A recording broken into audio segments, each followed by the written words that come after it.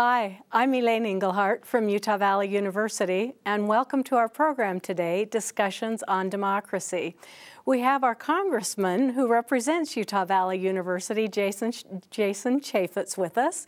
And Congressman Chaffetz, it's a pleasure having you here. How has it been representing the 3rd Congressional District in the state of Utah? Well, thanks for having me. It's truly an honor and a privilege, and I'm fired up. I'm more excited about what's going on than ever. So I'm glad to be here with you here today and excited to serve in the Congress.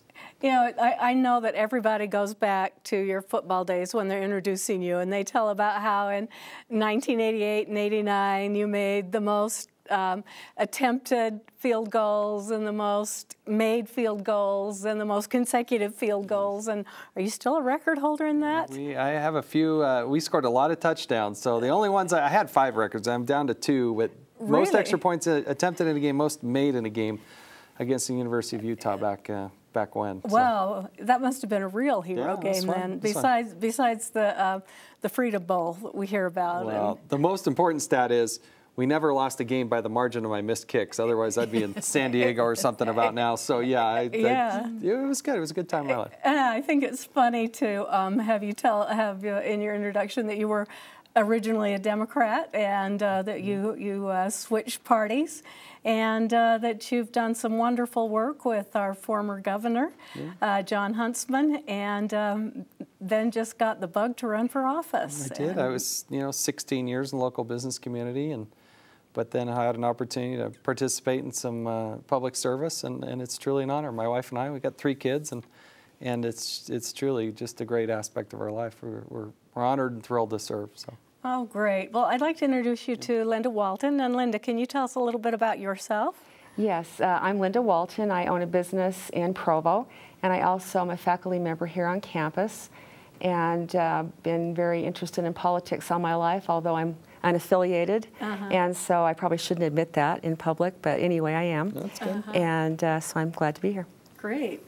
And to my right is Billy Swadley, and Billy is a student here at Utah Valley University. In fact, he was in my business ethics class, my top student in there. So Billy's now a student body officer. Would you tell us a little more about yourself, Billy? Yeah, I'd love to. I am currently working with student government here on campus. I'm a senator for the College of Humanities and Social Sciences, and so I've gotten a little taste for representing constituents, students within my college, and a little bit of an understanding of the challenges, but also the great benefits that are associated with that kind of work. Well, Congressman, we only have a half hour, so we thought maybe we would focus on your committee assignments. But before we do that, do you want to tell us maybe a really enjoyable experience that you've had in Congress, something that's kind of a wonderful claim to fame?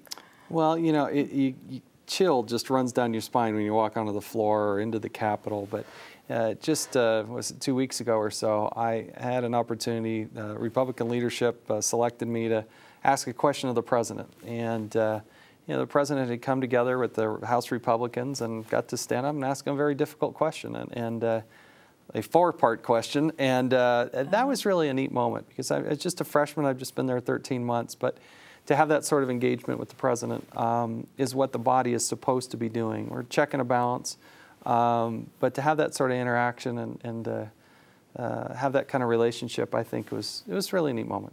And I understand you found out he knew you. You were on his radar screen. Yeah, and that was part of it. Is afterwards we shook hands, and I said, "Hey, I'm not here to just take pot shots at you." And he said, "Oh, no. Sounds like you're somebody we can work with." His legislative director had said some nice things about me before I had asked the question. And so, to be in that arena and representing Utah on that stage is truly just amazing. Still very surreal to me. Oh, great.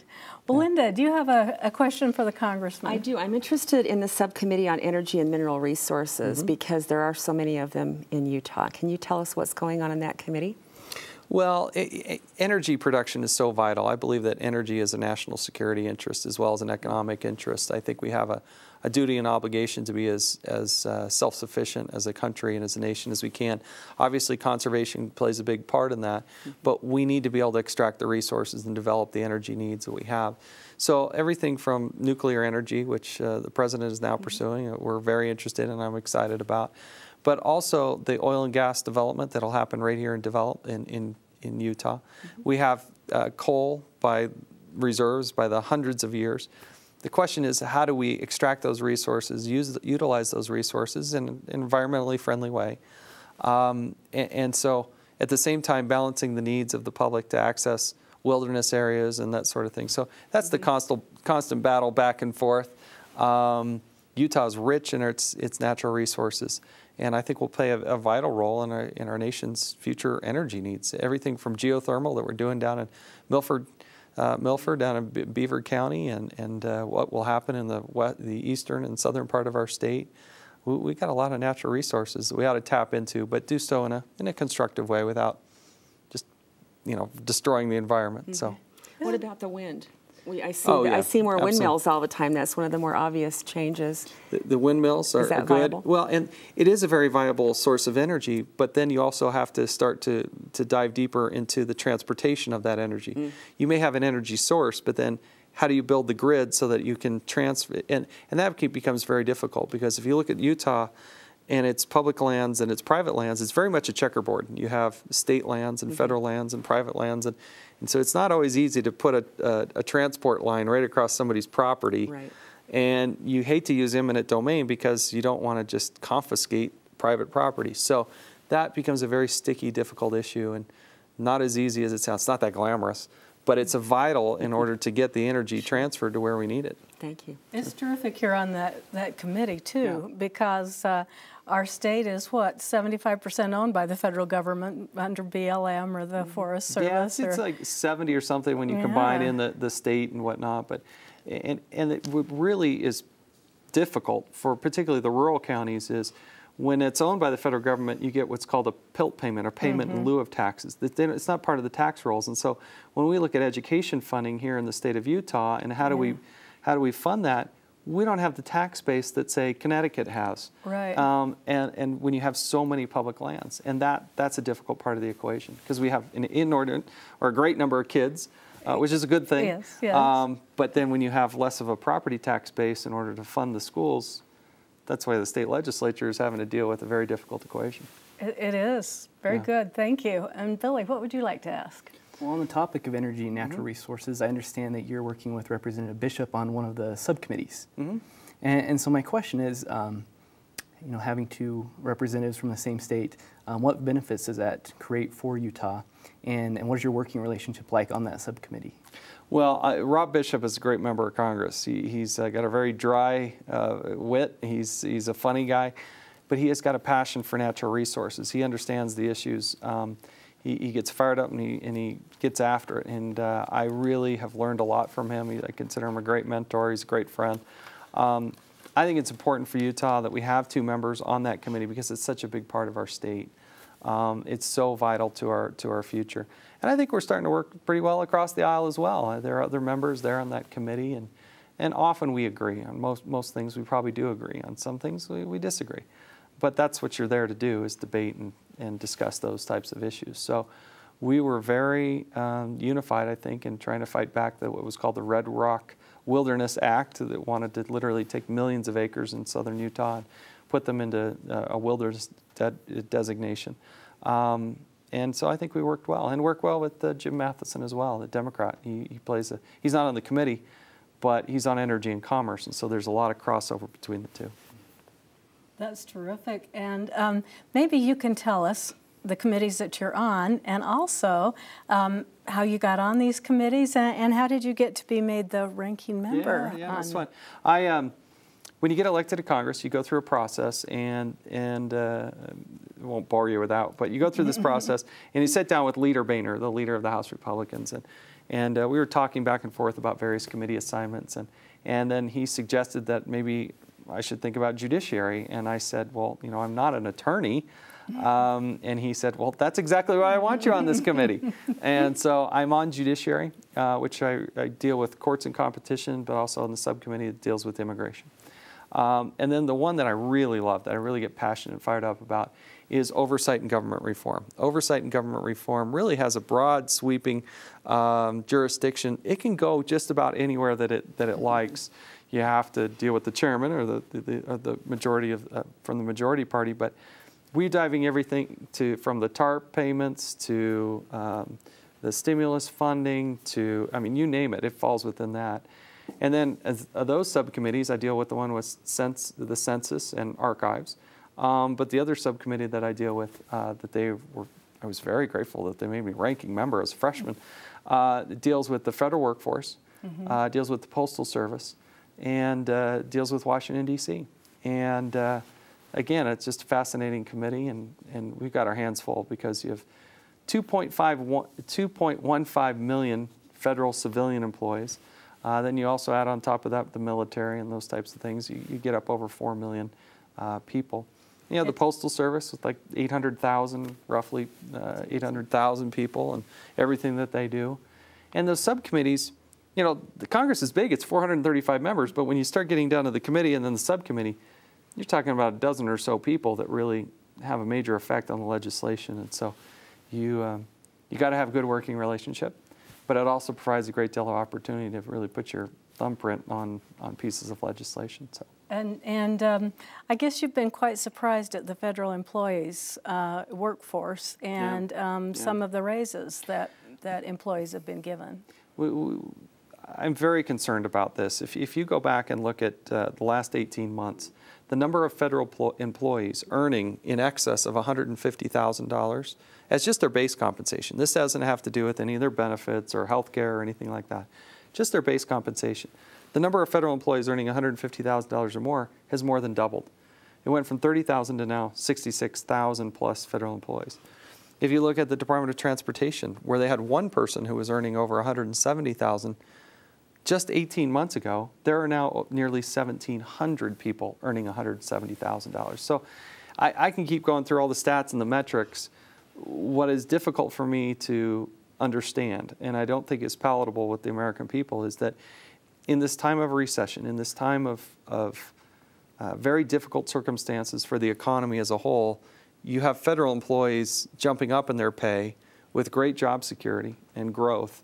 At the same time, the private sector is really tightening their belts. And there's one other stat I'll share with you. For the first time in our nation's history, there are now more federal employees earning $100,000 or more than are earning $40,000 or less.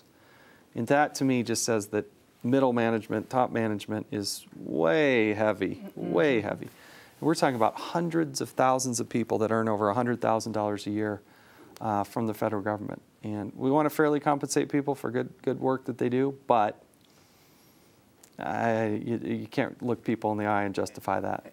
It has been probably a very difficult decision on your subcommittee's part. I mean, as you being chair of this, what you should do. Yeah, as the ranking member, we have I want to have some hearings and I want to better understand it. So far, those haven't come up, but we'll keep pressing for it. We can't ignore it, and everybody argue, oh, this is just a small portion of the. That's the problem. Everybody argues everything's so small. Well, that's why we're $12 trillion in debt. So we have to tackle what is the so-called small, because that's literally tens of billions of dollars. Yes. Linda? You know, I'm sure that people outside of our country kind of scratch their heads and wonder why we have a government like this, because every 2 years, every 4 years, every 8 years, whatever, people change. You kind of start over again with the learning curve. How do you ever fix anything when there's that much turnover all the time? And I mean, is it going to take a revolution, or can it be done within the system that we have to fix some of these huge problems? Well, there's got to be political will, and I think the people, ultimately, the best ideas percolate up from the bottom. People will have to hold their leaders accountable and not just think that, oh, this is everybody else's fault but my congressman.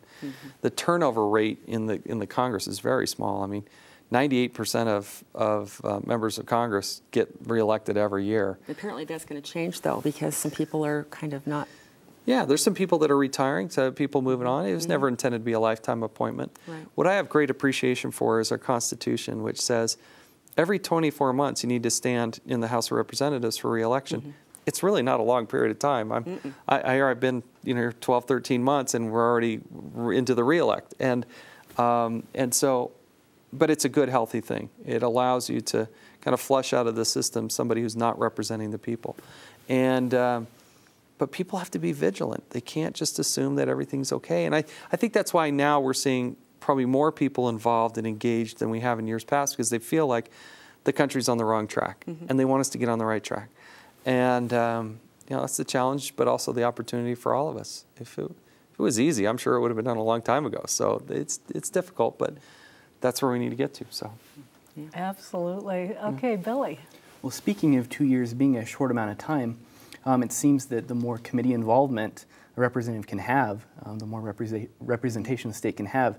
And I've noticed that relative to many other congressmen, you have a large number of committees that you're working with. And I'm wondering how that came about and what benefits you're seeing from that. You know, I just can be thankful to leadership. I had to go get a special exemption to be on 3 committees. So I have 3 committees, 6 subcommittees. Normally you have 1 or 2 committees. And if it's a bigger kind of A committee like Ways and Means or Appropriations or Energy and Commerce, that's the only committee you serve on. So, but I think what we've made up for is this broad array of things that really do affect Utah. And so I'm proud of that, and I'm just thankful for leadership, because they're the ones that had a lot of faith in me and have shown a lot of faith in me. I think I've earned it. I think it's something I work towards. That's, you know, and I got to question the president. I'm sure most members wanted to do that of their body, and I was one of, what, 5 or 6, something like that, that actually got to ask a question. So leadership's been very good to me. No complaints there. Well, speaking of government reform also, from Linda's comment, you've mentioned that you're quite impressed with the way that the Postal Service runs their operation and that they don't need much reform. But what kind of reform can the government help banking with and help the American people feel better about that we won't experience another fall of 2008 through spring of 2009? Yeah, you know, the Postal Service, I just want to give them credit for the fact that they have made a lot of significant changes, because in general, there are some exceptions, but in general, they don't get appropriations from the federal government year in and year out. It was the early 80s is the last time they got one. And that's surprising. It was surprising to me. I think it's surprising to most people that they're very self-sufficient there. There's certainly room for improvement and reform. They're certainly not the overall, you know, end-all, be-all model of efficiency. But as a public entity, I think they're pretty well run, and they've made a lot of difficult decisions and made some difficult moves. As far as banking in the regulatory framework, obviously the regulatory framework failed us, because it created an atmosphere where suddenly we found ourselves in financial peril, where a lot of experts, a lot of people at the highest ranking, highest levels, thought that we were, you know, about to melt down financially. Yes. And nobody wants that. There were obviously gaping holes.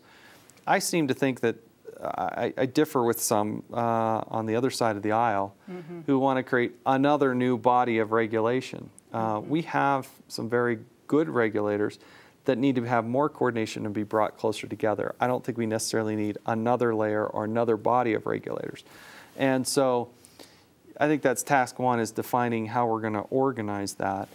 And also, I worry that our public policy thus far has created more of a situation where we have less firms with more assets. So we talk about too big to fail. The consequence of our public policy over the last, you know, take whatever time frame, but certainly the last 24 months, has created an atmosphere where we have less firms with more assets. We didn't actually spread out or diffuse the risk to the degree that we could or probably should in this country. You can't have one company fail and bring down the economy of the United States of America. Unless you're AIG. Well, and that's, you know, that's one of the things we're really diving into, and that's oversight and government reform. We're looking pretty hard at that, and we've had some great hearings with Bernanke and the former Secretary Paulson and Secretary Geithner, and to be able to question them and really kind of grill them on what's happened there and what didn't happen and how did we get ourselves in this mess. The bonuses and the money that flew out the door, it doesn't smell right. Oh, it doesn't at all. No. Do they talk about, is there any serious talk about reinstating the GlassSteagall Act that was set aside in 1999 that, you know, had been put in after some discussion. I I haven't heard a lot about that recently. I'm not on financial services, which would tackle that. But on oversight and government reform, we do kind of review what happened with, for instance, as an example, the Bank of America acquisition of Merrill Lynch, and how that was all tied into. That doesn't smell very good either, does it? There's some real sticky questions that I think we need to still get some answers to, and everything from AIG to what's happening and not happening in terms of the regulation. Neil Borofsky, who's what's called the SIG-TARP, the Special Inspector General of the TARP, I think is something we will continue to be looking into for years to come, because there are literally hundreds of billions of dollars that we need to make sure we're spent efficiently and effectively and that are accounted for. And that will be an ongoing process and something that will fall within our committee. Oh, I could take up the whole interview just with that, so I better move on to Linda's next question. I wanted to ask, along with the banking issue, what about the local banks, where most of them are community banks? Very few of the big boys are in this area. How are these things trickling down to our local businesses? Well, if you look at community banking and also the credit unions, they didn't create this problem. I mean, they've had a few hiccups along the way, and as a lot of other firms have. Yeah, some other difficult situations they've had to deal with, but they weren't the cause of this. But they're dealing with the consequences of the regulation. And that's where I think we need to be very careful and not overreact, have an overreaction, an overcorrection, where we create conflict in the rules and regulations that we set up. And that's when I talk to the people that are involved in those areas, that's what they're feeling, is the way that the federal government is trying to manipulate and control, at the same time wanting to loosen up credit. And you can't have both. There's a consequence to both of those. So I think fundamental question is, who's going to provide the regulation? It's not a question of should we, of course we should, but how are we going to administer that? And again, I just disagree with this idea of creating another layer of bureaucracy. There needs to be better coordination of the existing bureaucracy that is there, and making sure that they're living up to the regulatory framework that's there. That it works. Yeah, it's difficult. It's not easy. I'm getting ready to go to a class, and I have students ask me all the time what they should be when they grow up. And should they go into public relations with politics? Should they go into politics themselves? Why would anyone in their right mind want to do what you're doing? I love it. I'm passionate about it. Not that you're nuts or anything. I didn't mean that. Yeah, no. No, but you look at what we have to deal with, and some people smile. Sure. If you're passionate about people and passionate about public policy and want to do the right thing, I invite anybody and everybody. There's so few people that actually do get involved. I wish more people would get involved, and that we'd have more candidates and better candidates. And throughout the whole system, you don't have to run for Congress. In fact, I wouldn't encourage anybody to run in the 3rd Congressional District for Congress. But for other types of offices, we need good quality people who are passionate, they're fired up, and that they understand the issues. The people who I see, these would-be politicians who maybe haven't examined why they're running. I think that's the fundamental question. Why am I doing this? And for me, it was a lot about fiscal discipline. It was about our country's future. It was about returning to fiscal discipline, limited government, accountability, and a strong national defense, and being passionate about that. People also, I see, get involved who maybe really understand the issues, but they don't understand the process. And so you got to understand the process, because there's a process to it, and you can't weave your way through it and be totally naive to it. And it's really not that complicated, but it takes time to understand it. And once you kind of get through those couple filters, you end up with just a couple of people. And gosh, I encourage anybody to get involved early, pay attention. So how can they get involved other than running for office? Well, there's lots they can do. I mean, I was 16 years in the business community, and then before I volunteered to help out on a campaign, and next thing I knew, that turned into working on the campaign and getting a salary for it. And the next thing that turned into is working on a staff within the governor's office as the chief of staff, and then thinking, hey, well, maybe I'll run. So there's a stair-step approach. We need good citizens engaged with their members of Congress and with their state legislators and with their city council and whatnot. And you'll be surprised, because the very first political appointment, if you will, that I got was on the Planning Commission. It's because I showed up at Highland at the city council meeting, and the mayor saw me there a couple of times and thought, wow, you're interested. Let's put you on the Planning Commission. It really can be that simple. It's amazing how few people actually do that. That's where I started out too. Utah County Planning and Zoning Commission for 10 years, and it was wonderful.